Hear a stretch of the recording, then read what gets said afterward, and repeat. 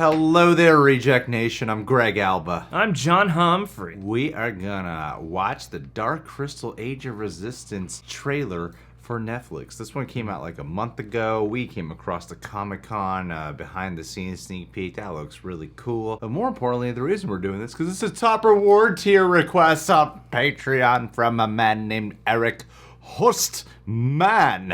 He's gonna get his own puppet character, Horseman. I'm super excited for it. Eric is that guy who got that Real Rejects tattoo. We will meet in person one day, specifically because you did that. That's how easy it's gonna be to get us to fly out to see you guys. Anywho, let's watch this trailer. Oh my.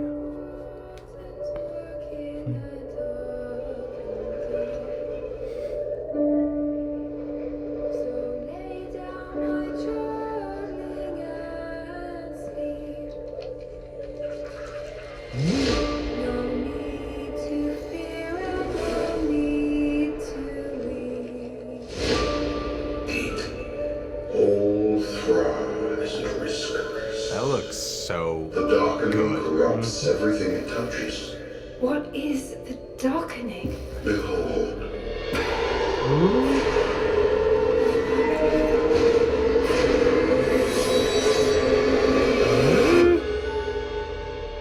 I regret not watching this trailer earlier. We all make mistakes. We all make mistakes. The crystal.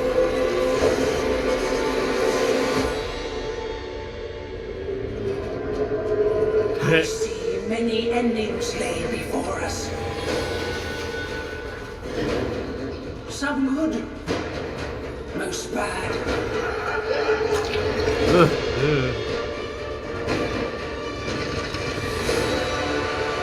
Wow, this looks so beautiful. Yeah, seriously. What have the Skeksis done?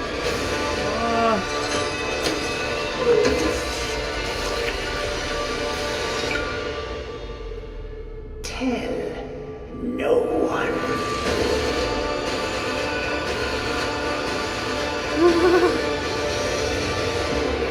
Oh wow.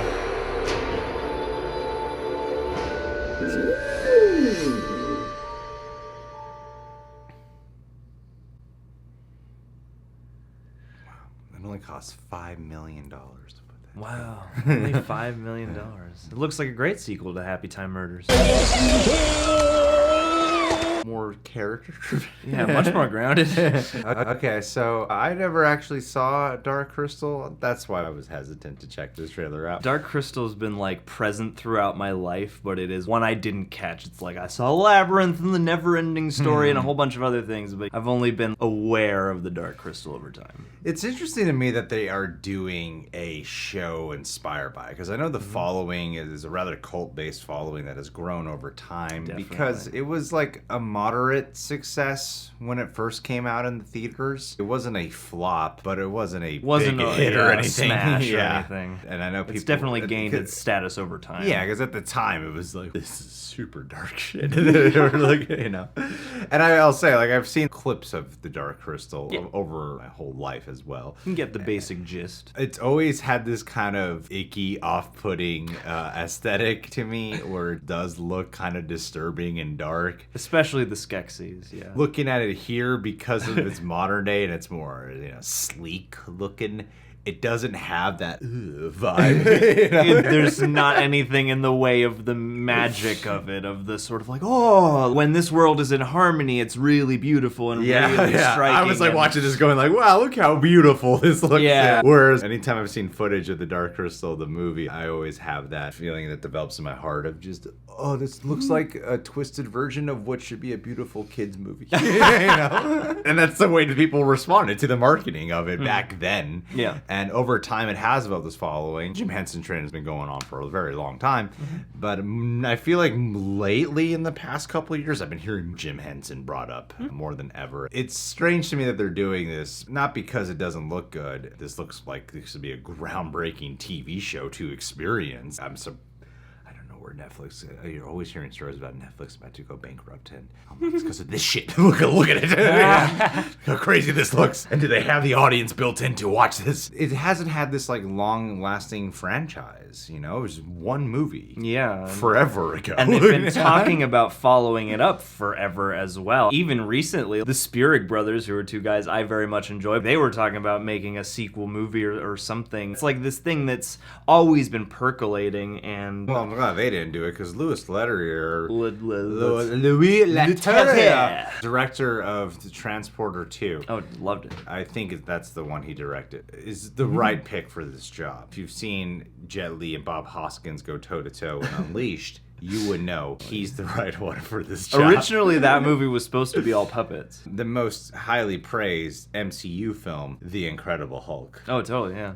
You would know he's the right person for yeah. this job. I mean, he's done something that makes him the right person for the job, right? There's an actual credit I'm forgetting. Probably. I gotta find out. Check it out. I gotta make sure. I want to be a total dick here. There's something that makes him... There's definitely worked with a lot of CGs, so that's good because you're having more advanced marriage of visual effects to the sets. Oh, and the he puppets did the and stuff. first two Transporter movies. Yeah, look at you. That's right. Luc Besson did not direct any of those. He just Gets credit. Oh, we did Clash of the Titans. That's tremendous remake. People loved yeah. it. Now Yeah. You See Me. There's a reason everyone came Saw for that part movie. 2. Brother Grimsby. That's the Sacha Baron Cohen movie, right? Yeah. Oh, yeah, that was great. That was a beloved film. Well, somehow he's the right person for the job. I don't know why he is, but it looks like he's pulling it off. I can't just go off of his past work. Because you might have a good point. The fact that they are infusing CGI a lot more heavily with this show than they did with the movie. But what's cool is, like, the puppets look great. They could have saved a lot of money by doing just CGI with the creatures.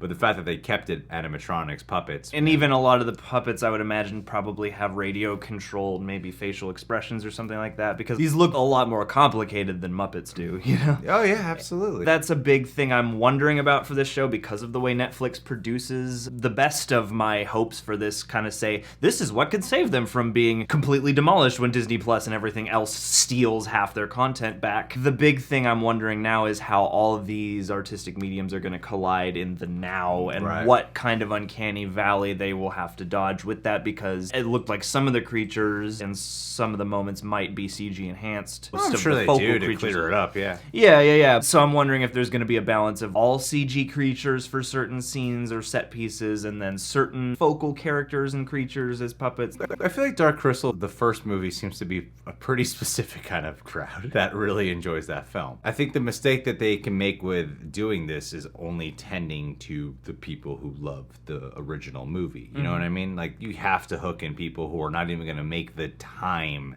to watch the original movie. Yeah, that's true. Because a lot of people won't. What if they end up watching the original movie and going, I hate this. I'm not going to watch your show, you know? Yeah. And I think this trailer did a really good job at selling me on. As a person who hasn't even seen the first Dark Crystal movie, just like clips and whatever, this did a really good job of making me go, this feels like an event. Netflix doesn't have a lot of shows that feel like events. They have a lot of shows. They have a lot of shows, and then they have Stranger Things. They don't have... This show could be an event, hopefully, you know? I think, like, with the kind of fan base that this show will ultimately garner, just off of the effects alone, it could be something pretty special. Well, yeah, I think there's something that could appeal beyond the original movie in the sense that this is so fantasy and it's so unique looking even now that, you know, I feel like it is gonna fill a void no matter what that is kind of missing. They have to do their own thing as well, though, instead of just paying tribute. But hey, I'm sure it'll be cool. Are you guys excited for this?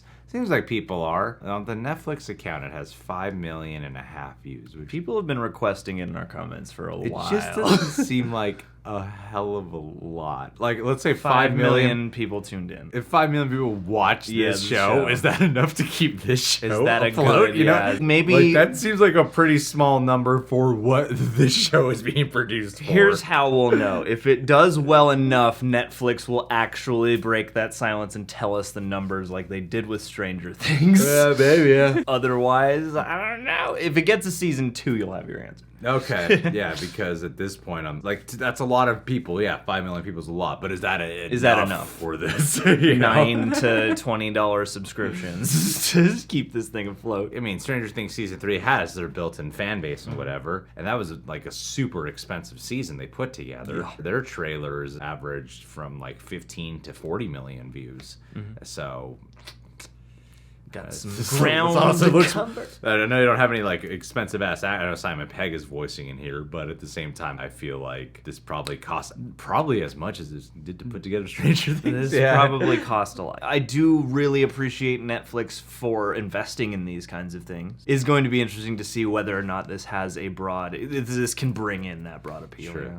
All right, guys. Well, are you excited for Dark Crystal: Age of Resistance? Comment below. You guys can subscribe to The Real Rejects. Please click that notification bell so you get notified whenever we got a new video up. You gotta do both. I know it's a lot of work. Also, I would like to say thank you to Eric Horstman. Rick. By sharing a bit of a little message thread that we had going on earlier. Drunk Eric texting is one another. Gay for guys. It's a great segue. I basically asked him, he brought up a list of ladies he would be into. Here's who he said. Evan Rachel Woods, Catherine Winnick, I don't know who that is, Scarlett Johansson, Tandy Newton, Carla Gugino, Rose Byrne, Lucy Lawless, Gal Gadot, Christina Applegate, Drew Barrymore, and Lucy Liu. He did not mention Cameron Diaz. That's the first thing you noticed, right? Yeah, because for a half a second there, because Christina Applegate is blonde, I imagined a full set of Charlie's Angels and then went, you're missing one, buddy.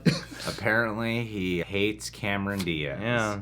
That's all I got from this thread, because he did not name drop her. Yeah, what gives? Hey, he even clarifies this. Oh, but he brought up He said the sperm hair. Yeah. Oh, is that like an actual look that she has?